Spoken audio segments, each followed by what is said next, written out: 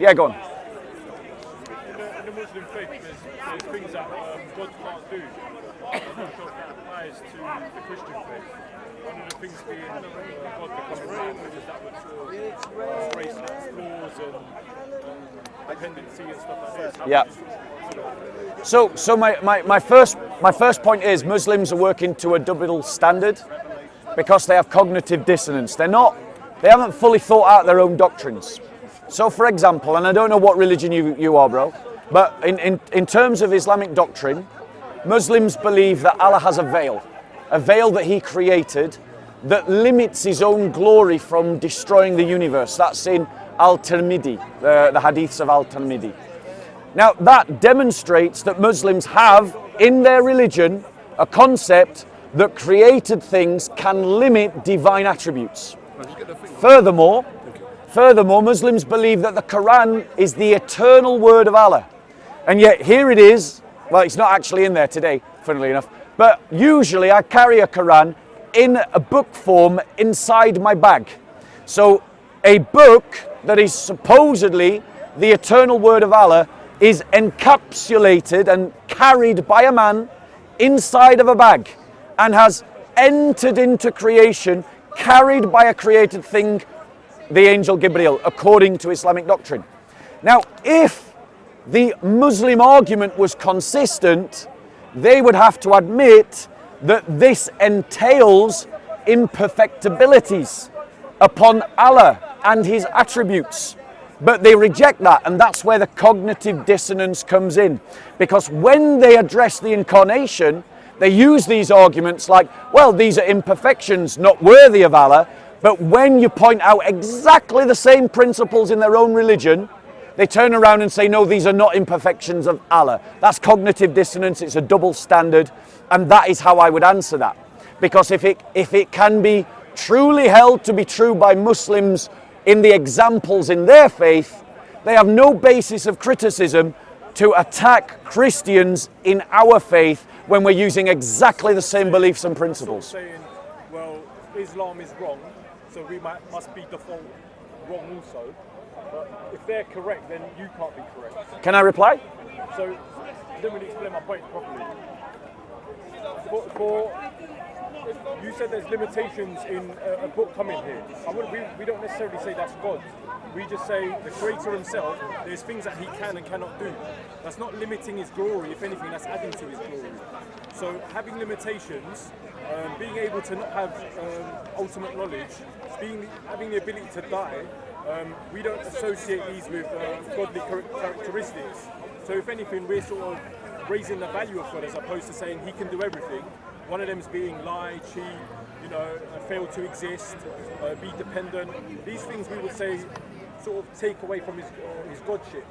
So how would you sort of... Yeah, I'd reply to that by pointing out that you haven't actually addressed the argument that I just made. You ignored it. All you've done is restate the obvious position, which is the Islamic one, the Islamic argument, but you haven't actually addressed with my initial counter.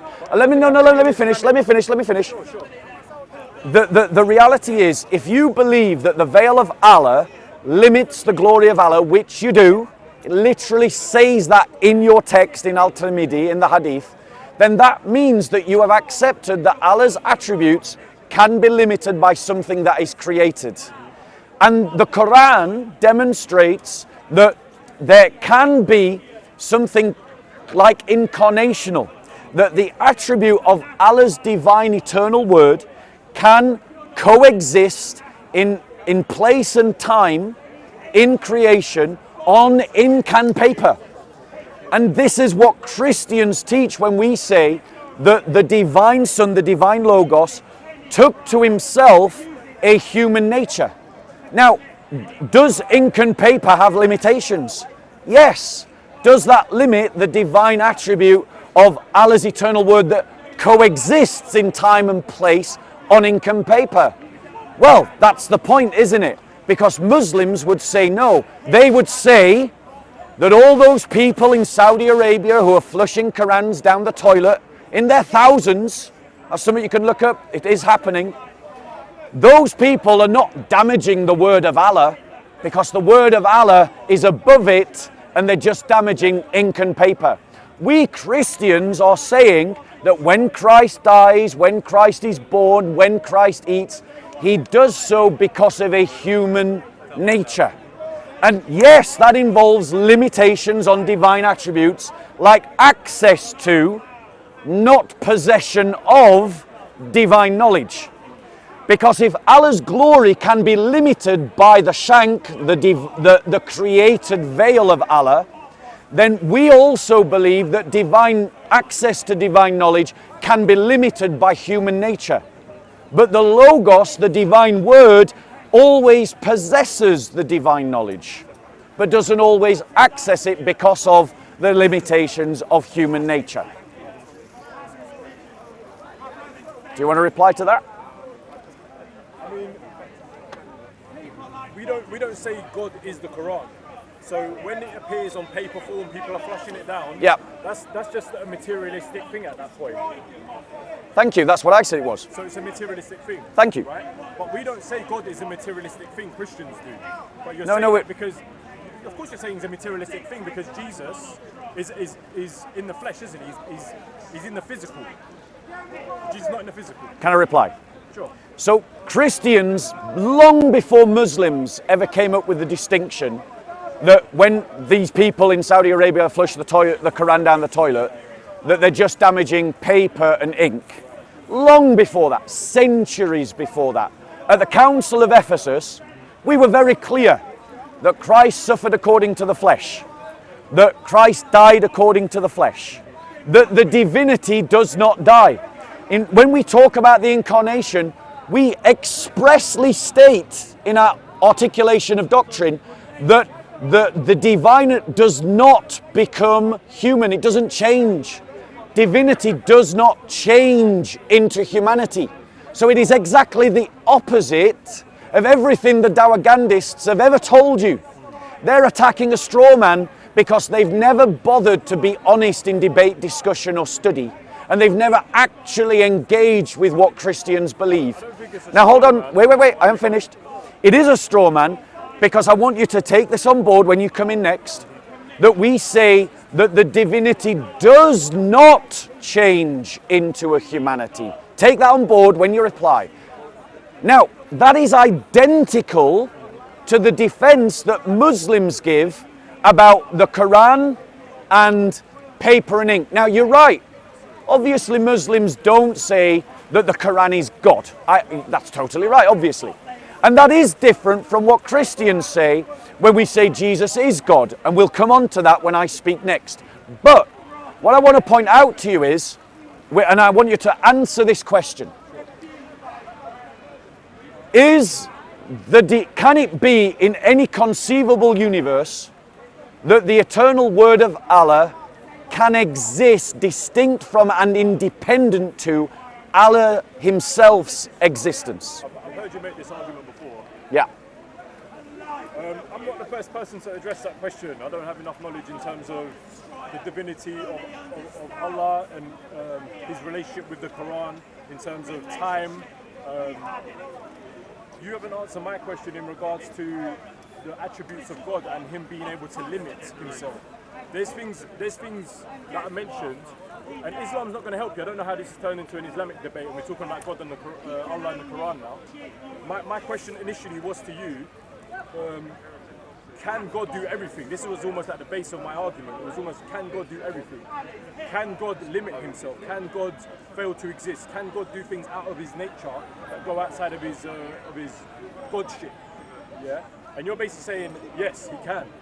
And well, you are saying that. So when Jesus is brought to this earth, he's limited on sort of worldly elements. He needs sleep, he needs water, he depends on gravity, stuff like this, right? We don't believe that giving God these characteristics is benefiting him. We think it sort of decreases his value, decreases his godship. So I don't see how, in a Christian perspective, Jesus being God, or I don't know what your position is of that, the Son of God or God, we don't believe that's possible. That goes outside of God's ability. So that was my initial question. Can I reply? So that's my, let me sort of summarize. My question for you was, how can God limit himself? How can he become lacking in knowledge? How can he do these things if it's not in his nature? If you're saying he's the all-knowing, he's the self-sufficient, independent, I believe you also hold those views also. How can he die? How can he create something? Can I himself? reply? Okay, so without using the Islamic no, hold on. Can I reply? Can I reply? So firstly, you don't get to set the terms of the debate. I will answer the question however I feel is necessary. I'm going to address your question head on, and then I want to make some auxiliary points with regards to Islam. So please don't interrupt when I address the question head on from the Christian perspective, because I have other comments about Islam that I want to make. Okay? Now, to address your question head on, there are obviously illogical things that God does not do. Okay? However, when we say, and I'm going to address the question of Christ and knowledge, we make a distinction between Christ possessing the divine knowledge and Christ having access to the divine knowledge. Let me use a human analogy you're very familiar with to demonstrate what I mean by that distinction.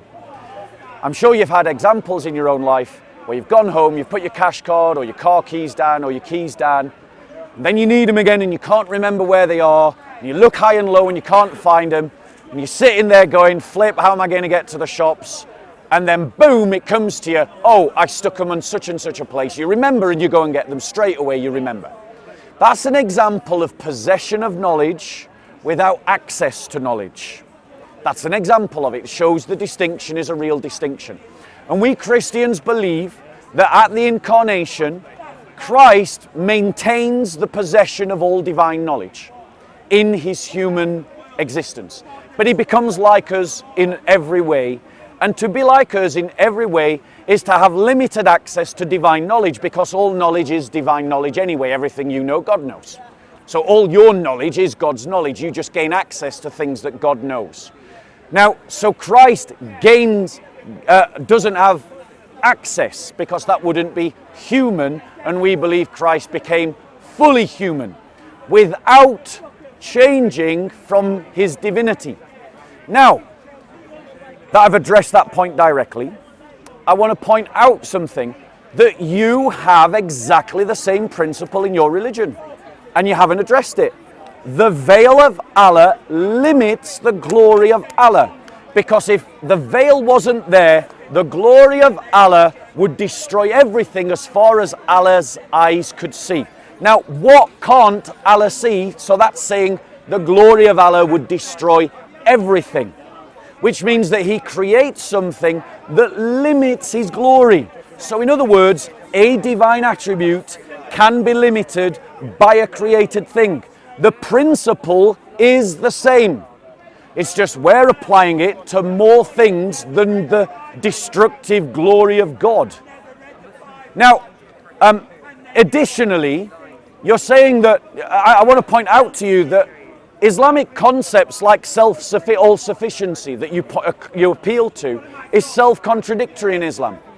Because the idea that Allah is, I think it's al-Ghani in Arabic, that he's all-sufficient, means that he is sufficient in everything, all the time, in every way. Agreed?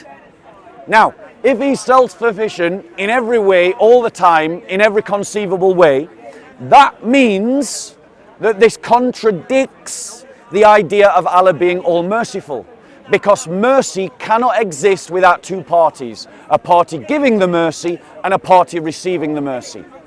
And thus that contradicts the concept of al-Ghani. And you've got a contradiction within Islamic theology. Here's another contradiction. Allah is the owner of all things.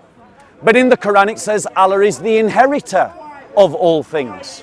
Well, how can you inherit what you already own? So if you want to talk about contradictions, you've got all those problems in Islamic theology, and our theology is defended by using a principle that you adopted from us to defend inconsistencies, what would be inconsistencies in your theology about the veil and about the Allah, about the Quran just being a book. I don't think you addressed my question head on like you said you did. I feel I did, but go on. I don't think you did. Okay. We started to talk about the names of Allah. We're talking about the contradictions in theology, Islamic theology. You're not answering it. You keep comparing the Quran and flushing toilets and all this sort of stuff. How can God remove his godship? So God can do anything according to you? Can I reply? If you can answer that question, I want to have a discussion because if you're talking for 10 minutes, me saying something and then you keep responding, and it's not much of a conversation. Well, I'm letting you talk, bro. So in terms of can God do anything? I don't want it to be like 5 minutes. I just want to ask the questions as well. Right. So I've said that God does. You're speaking so much, and then you're expecting me to. Well, you finish your points. The argument, and then. You finish your points, and then I'll reply. I'm simply asking you, can God do everything? Right, so I'll reply to that question. Sure. Right, so as I say, that which is rationally contradictory, obviously God does not do. You know, it's the classic. Let's not interrupt one another. You ask me a question, I'm now answering it. If you ask a question, it's on you to hear the answer. So, and then I'll ask you a question. So here's the thing. So obviously there are rationally contradictory things, like God can't create another uncreated. That's a rationally contradictory statement. God can't do that. But when it comes to God entering into his creation by taking to himself a humanity, there's nothing rationally contradictory about doing that. That's well within the abilities of God to do, especially when you consider that Christians don't believe that it involves any change to the divinity, and we expressly say as much. Right now, it doesn't matter what you think. We Christians do say that we express it.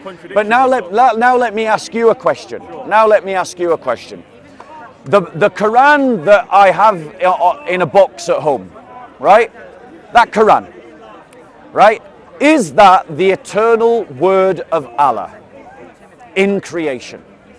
Yes or no? Can I talk now? Yeah. So. Again, you answered the question and you basically said Jesus, or well, you didn't say Jesus. God can come into Earth, yeah, and he can basically have limitations, yeah. So I don't think that's the case, man. I don't think that's the case. If I'm being honest with you, because you gave an example of things that God can't do out of his own nature, yeah. I'm saying to you, there's things that God can't do out of his nature. And where does that draw the line? Because I don't know where you get that information from and where I get my information on who's right and who's wrong. In terms of God's characteristics, what he can and cannot do, where do Christians base that on? Wait, bro. So where do Christians get the ideology that God can be a man? Where does it say that? And what's the stopping from being an animal? Or what's stopping God from being a tree? You know? Can I reply? I'm not finished. Okay. So it's like, it doesn't really resonate with me too well because it's like, what's stopping him becoming a tree for argument's sake? You know? To us, he can't ever be creation because to be in creation is to be limited. And I don't think you fully addressed that yet, man. Can I reply? Of course you can. Right. So thank you for admitting that Allah. Thank you for admitting that Allah can limit his attributes. Because I didn't say God can limit his attributes. I said there's things. Brother, let me reply. I didn't interrupt you, and the best way for this. No. You can always come back. You can always come back. If we start interrupting one another, the whole conversation breaks down. You've been super civil. You've been super civil up to this point. So let's just keep it that way. If you've had enough, just call it a day. Right? Okay. So let's just keep it calm and civil. So, thank you for admitting that God can limit his attributes, because you've just said that when it comes to the Quran, and by the way, you didn't actually answer my question, and I did answer your question several times, and just claiming that I didn't answer your question doesn't mean that I didn't. People will be able to judge from the video. Now, that doesn't matter to me. Now, in terms of, and again, if we just interrupt one another, the conversation will break down. So let's try and keep it civil. You've done great up to now. Now, if in terms of addressing the point, right? I have pointed out to you 2 examples where Muslims believe that Allah's attributes can be limited: the Quran and the glory of Allah. One of which is, and both of which are limited by creation.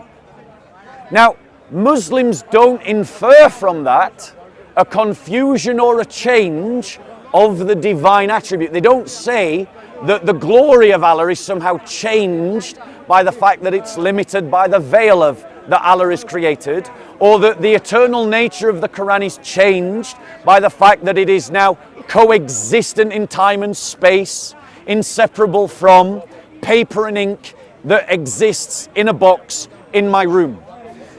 And now that logic that Muslims are using, they stole from Christianity. We Christians argued that from the 4th century. That's centuries before Islam even came along, and you borrowed our theology to make your own theology make sense. Now, I have addressed your question multiple times. I will address it again just to leave you without any excuse and just to demonstrate that there's nothing now but a rhetorical refrain from you and you're not actually paying attention. We believe that Christ took to himself a human nature and was fully like us. It is not in the way of humans to have access to all divine knowledge all of the time. All humans gain access to what is divine knowledge because all knowledge is the possession of God. We believe that in his human nature, Christ did not have access to all divine knowledge, but that doesn't mean that he didn't possess it. And I demonstrated in my earlier example about the cards and the keys that that is an example of a real distinction that makes sense because you live it in your real life. How would you like to reply? I don't think you can compare me losing my keys and then suddenly remembering where I put them, and then base that on how God sort of works. I don't think you can do that. Just because I forget where my keys are, what's that got anything to do with God? I really don't understand what the point you're making. You either have knowledge or you don't, right? And the fact that Jesus didn't have all knowledge, to us is a big problem. Sign of his humanity. Yeah. Can I reply? I'm not finished. Okay. Again, this is the thing, when you talk 5 minutes, I had other things I wanted to say, man. This is why I want to keep it as a conversation. He did say, at one point, he said that... Sorry, are you letting him into this conversation? Because I will now reply to his points. No, I'm not... Wait, hold on one second. That's fine. Right, is he now in the conversation? You make this choice. See, you're trying to dictate the conversation. You said to me, I'm not allowed to dictate the conversation. You can, no, I'm giving you the option. I'm not dictating. I'm saying you make a choice. Do you want him? I am asking you, do you want him in the conversation? If you say yes, I'll reply to what he says. I'm not going to say anything to you, don't worry. You've made the point, and you basically said God can limit himself because I forgot my keys once. It doesn't really make sense, man. Like, we don't think God can Limit himself? We don't think God can limit himself out of his godly nature. I don't say limit or whatever. I don't think God can do things outside of his godly nature. Yeah. So one of his godly nature is being all-knowing. Okay. Yeah. I still don't understand your point. Oh, I forgot my keys once. I remembered where they were. Oh, that means Jesus is the Son of God. It doesn't really add up to me. Can I reply? Of course you can. Okay. Now please note, I'm asking permission each time. No one's dictating the conversation to you. I literally ask you if I can reply. So the point is, what's your name, bro? Mustafa. The point is, Mustafa, and again, everyone will notice you have not addressed the argument about the veil, and you haven't addressed the argument about the Quran. But I have addressed your question about knowledge multiple times. Now, to go back to you to point out something that you missed, Mustafa, and maybe it's just because you knew at this, right? I pointed out to you that there is a distinction between possession of knowledge and access to knowledge, and I gave the example of forgetting and remembering to demonstrate the reality of the distinction. You need to learn to follow an argument. The point that I'm making to you is that if it is possible for Allah to limit his attributes in Islam which you believe that he does, even if you don't know that he does, even if you have cognitive dissonance over the fact that he does not then mean that you are justified in attacking Christianity, because you employ the very defenses that Christians used centuries before Islam to get yourself out of the conundrum that you're trying to put Christianity in, which is the idea of Allah limiting his attributes, God limiting his attributes. I'm saying God can limit his attributes. You're saying he can't. So then you have to explain the veil and the Quran and how that isn't a limitation on God's attributes. Now, you mentioned about God's nature, and it's a very pertinent point, very pertinent, because the God that you believe in and the God that I believe in are very different. The God that I believe in, his central characteristic is that God is love. So much that we Christians say, ubi caritas et amor Deus ibi est. Where there is love, there is God. That's how important it is to us, that God is love. Now, if you love someone, as you know, Mustafa, if you love someone, you will do things that denigrate your own nobility for the people that you love. Your children, your wives, or your wife, depending on how many you've got, or any number of other people that you love. Your mother. Like, would you not humiliate yourself to protect your mother? Of course you would, because you're a loving son. Whereas Allah, by contrast, is a fickle sovereign on a throne who emulates and esteems his own greatness more than anything else. And so, of course, that God would not enter into creation. But I don't believe in a fickle sovereign God. I believe in a loving God. And as you know, love will mean that you will do things that are beneath you. Doesn't mean that you've somehow lost your dignity, but that you do things that are beneath you because of your love.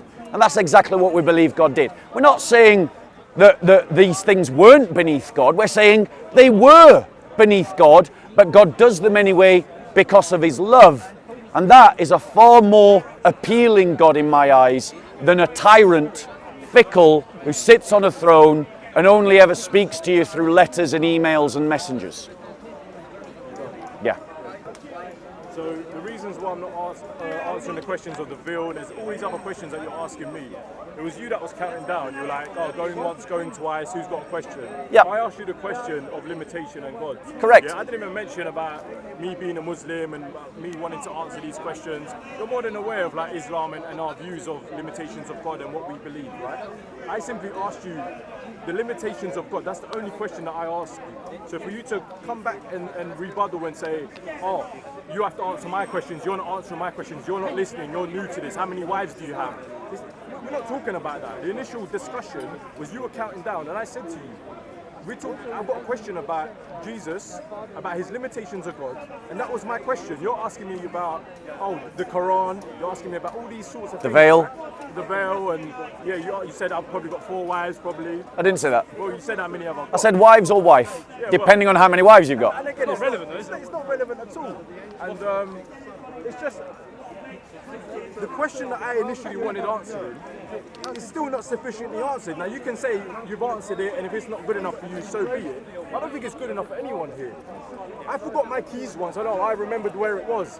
How is that applicable to the oneness of God and his true nature of being,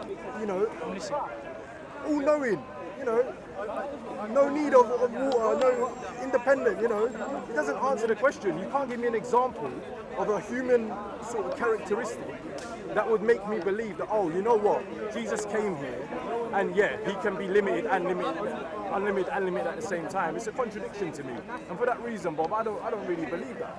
So you can bring up the Quran and the veil. I don't even need to be Muslim or have a faith to have that sort of question. So you can bring up the veil, you can bring up the Quran, and how are they co-silent, It matters none. I can come here as an atheist and ask you that question. Just because you're answering questions that you're pretty knowledgeable and you can slide your way in and out of these sort of, you can word yourself out of it and try. I'll take that as a backhanded compliment. Well, whatever. You can take it how you want, but in my opinion, it still doesn't answer the question. You can throw stones from glass houses all you want, but for me, it doesn't answer the question. You still haven't given me an example of how God can limit himself and that be logically making any sense. So what stops God from dying? Can he die for us? Can he fail to exist as the Father, the Spirit, everything? Can I reply? I mean, please show me sort of like evidence of how God could do that. Because to me, it would go outside of his godship to do it. And that's the question you haven't answered. Outside of his godship, he can't do these things because he wouldn't be God. If God was to say, you know what, I'm going to decide I'm not going to have all knowledge for eternity, or I'm going to be limited, I'm going to have a short time here, and I'm not going to be divine and unlimited. What's stopping your ideology from believing that? Can I reply? Right, so the first point, I want to point out again, you've not addressed the issue of the veil or the issue of the Quran. Wait one second. Wait. Mustafa, I don't need to if you're getting tired, no, I'm not if you're getting tired, if it's getting too much for you, that. just take a step out, bro. Like, if you're gonna interrupt, the whole conversation will break down. And I guarantee you'll sulk if I start interrupting you. Everyone who interrupts me always does. Right, thank you. So, I'll just point out again, Mustafa, you haven't addressed the point of the veil and the Quran. Why is it pertinent to your original question? Because these are examples in Islam of Allah limiting himself. Because his attributes are not him, but they are not separate from him. In other words, there cannot be a universe that exists in which Allah's word or Allah's glory exists independent from the existence of Allah himself. In other words, they are dependent existences. And so if Allah is limiting his word as he does in ink and paper, or he limits his glory as he does with the veil that he creates, then Allah has limited an attribute.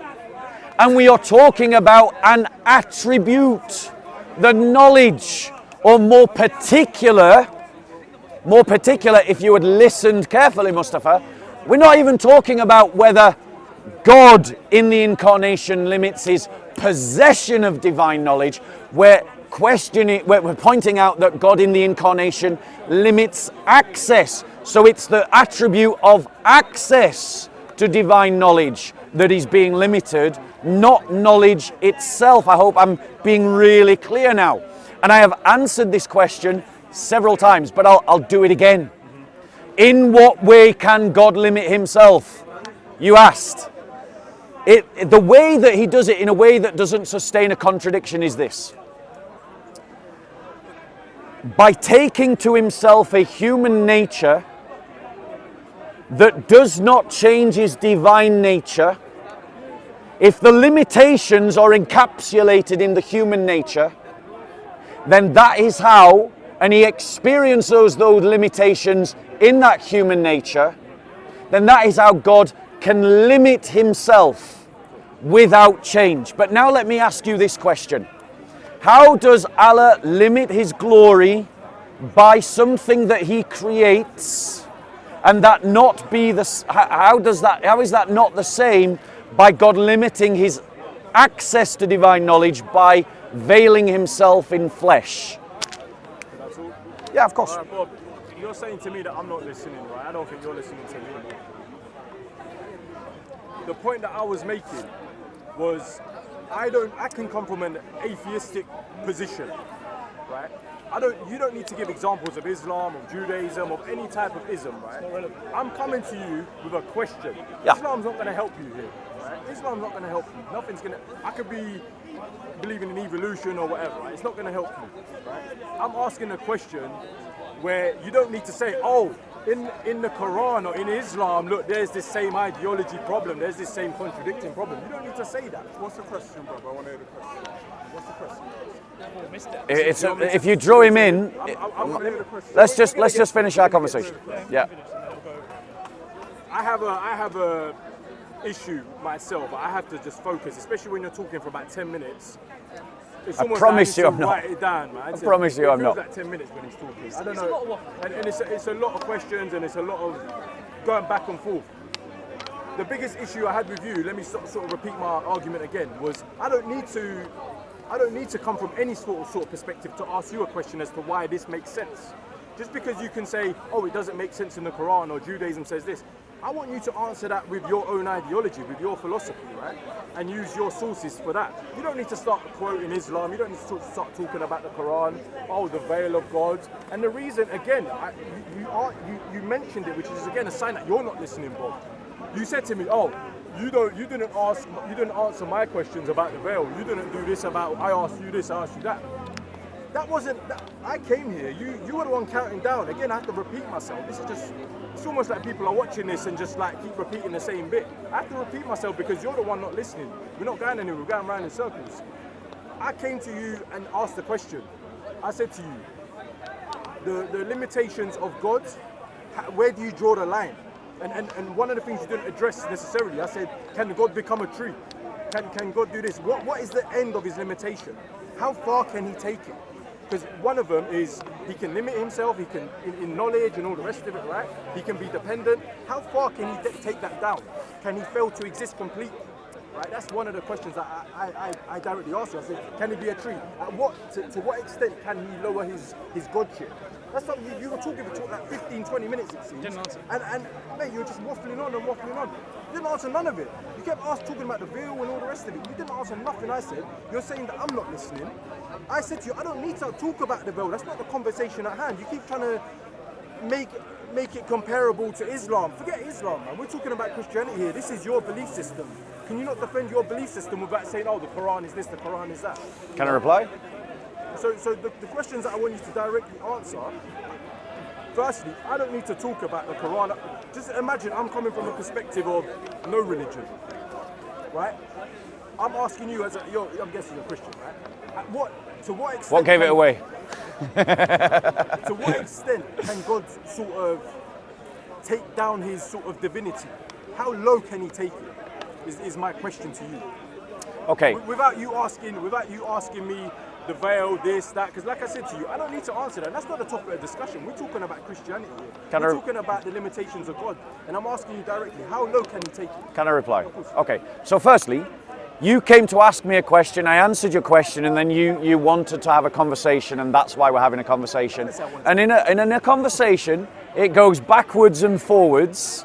And the point that I've made to you that you keep missing, Mustafa, and I'll make it to you again, is that Muslims use Christian arguments to get Islam out of the very problem you're trying to put Christianity in, and that's exactly why the example of the veil and the example of the Quran are relevant.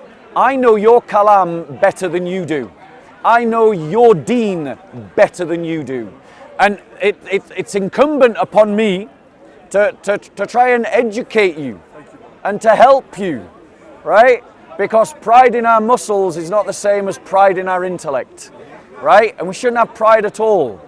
But the point that I'm trying to make to you is if you can't answer the very question you're asking, when the very question you're asking puts Islam in a problem, or rather, and this is more pertinent to the original question, you can't see the parallel of the answer that I gave to defend the Christian position as already existing in the Islamic position.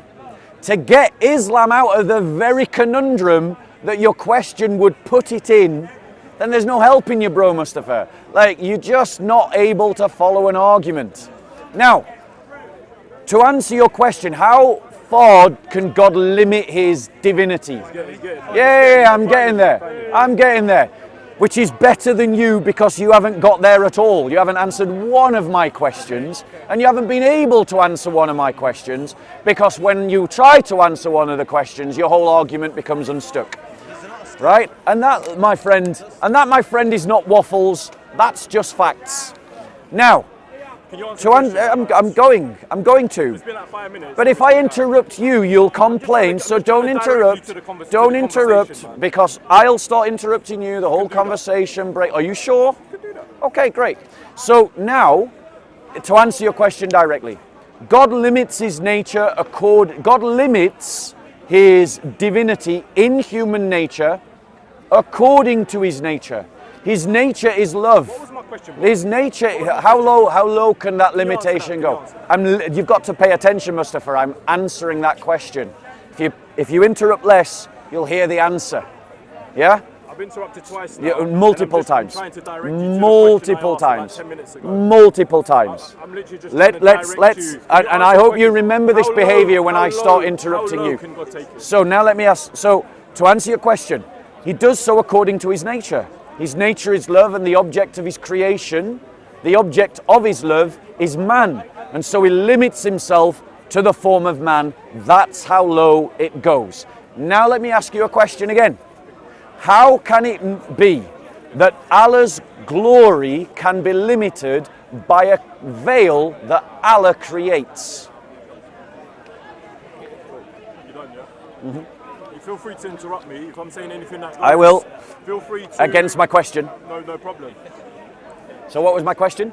The question was about the veil and how does that sort of. I have a contradiction problem because if I'm saying The question is, I'll state it again because you didn't hear it, because you're not listening. Go on. How answer my can question. Allah limit? my question, How because can I said to Allah you, how low limit can His it go? glory? And I answered that. I said human. human is the lowest it can go. You heard it. There you go. That's the twice now. So you see, if you pay attention, Mustafa, it helps. So in terms of the question, my question is this: how can Allah create a veil that limits His glory? That's the question. So, like I said, you didn't answer. You said, how low can it go, right? And you said human form is the lowest it can go. Which is the answer to the question. So that's Thank the answer you. to the question. There we So- go. I'm so glad we I agree. asked you- I So asked now my you, question. Why can't he become a tree? What's Why my can't he question? become a pigeon? Why can't he Answering. become That's not my a leaf? question. What's my question? That's what I asked you. You What's said my you question? answered it, and I said, how low can God go? And I answered that. I said said human. human form, There you go. Thank you. right? So you've admitted that I did answer the question. So now you not answer fully, my not question. fully. So now you answer my question. And the question is, how does Allah create a veil that limits His glory? You haven't answered my question. Go on, answer that You haven't question. answered my question fully. You know what? You're running, I said to you, Mustafa, from the what's question. stopping God from being a tree? Mustafa, If you're God running wanted- from the question. I'm really not. I asked Mustafa, you a question. you're running from you the haven't question. answered it, and I'm trying to What go was back the to question? The question that I asked you. What that was you the didn't question I answer. asked you? I said What was to the you, question what's I stopping God asked from you, being a tree, Mustafa? man? What was the question I asked you? It's hard to follow you. What was the question It's I hard asked to you? No, follow no, you because did. You repeated the waffle on question. So for you like did 10 follow me. minutes. So now you're lying. You asked me. This is about just the veil. rhetoric, You asked me Mustafa. about the Answer the veil. You asked me question. about the veil. Yes, so answer the question. Answer the question about the veil. I've answered your question. You asked me how low can it go. I said human, and you repeated the answer, thus demonstrating Elaborate. that I'll do that next. That demonstrates that I did answer the Elaborate on it, question. 'cause then you So haven't now answered it. you answer my question. How can Allah create a veil that limits His infinite glory? So you haven't answered my question. You're because running from the if I'm question, saying to you- Mustafa. if I'm saying to you, You're running elaborate, from the question. Answer the you question haven't that I answered the asked you. question. What's the question You I were asked you? talking- You were talking for 10 Answer the minutes. question You were I talking asked for 10 you. minutes. And I asked answer one you, thing. How and low you've can you go? demonstrated And you that said I one answered word. that question. Human. Look, Mustafa, That's this not it. conversation, exactly as predicted, when you said we can just interrupt one another, man. has now broken down. No, it hasn't. It has, because I've demonstrated that All you're it's not done now- answering the all it's done question. now is I'm highlighting the fact that I've I answered the asked you, question why by can't God repeating become my a tree? answer, I but didn't you have answer. failed to You didn't answer. answer the question that I've asked you. And I don't No, blame you. answered that after. And the reason why I don't blame you is because Islam is intellectually bankrupt. Okay. And the Dawagandists and these Dawagandist arguments are built on double standards. They're built on straw manning Christianity and not even having an appreciation of your own deen, as you, my brother, have amply To demonstrated. you from the very beginning. Let me say one thing. No, it's up to him whether you get to come into this conversation. Give me 2 seconds.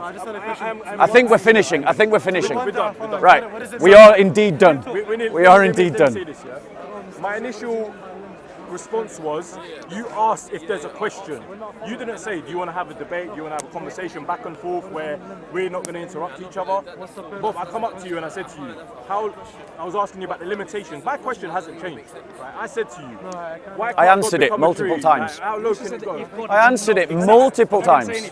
Yeah, I answered it he hasn't multiple answered none of times. You didn't say it. No, I really did, and the cameras will show God it. else Say exist? God cannot Can not God exist. The become a cameras, tree? Can God the become a camera pigeon? There's evidence so many things will I'm asking. demonstrate that this is just rhetoric. No, All It you've isn't, got it isn't. I'll tell you why. is said man. empty That was it. air and How low can it go, loud man? I noise. said elaborate and he You didn't. haven't been able to answer You a haven't single been able to question. elaborate what you Mustafa, meant by do you man. want? Shall we bring this to a stop? Because it's not going anywhere No, anymore. no, no, because you're not answering You the look after question, man. yourself. Take care, Bob. Take care.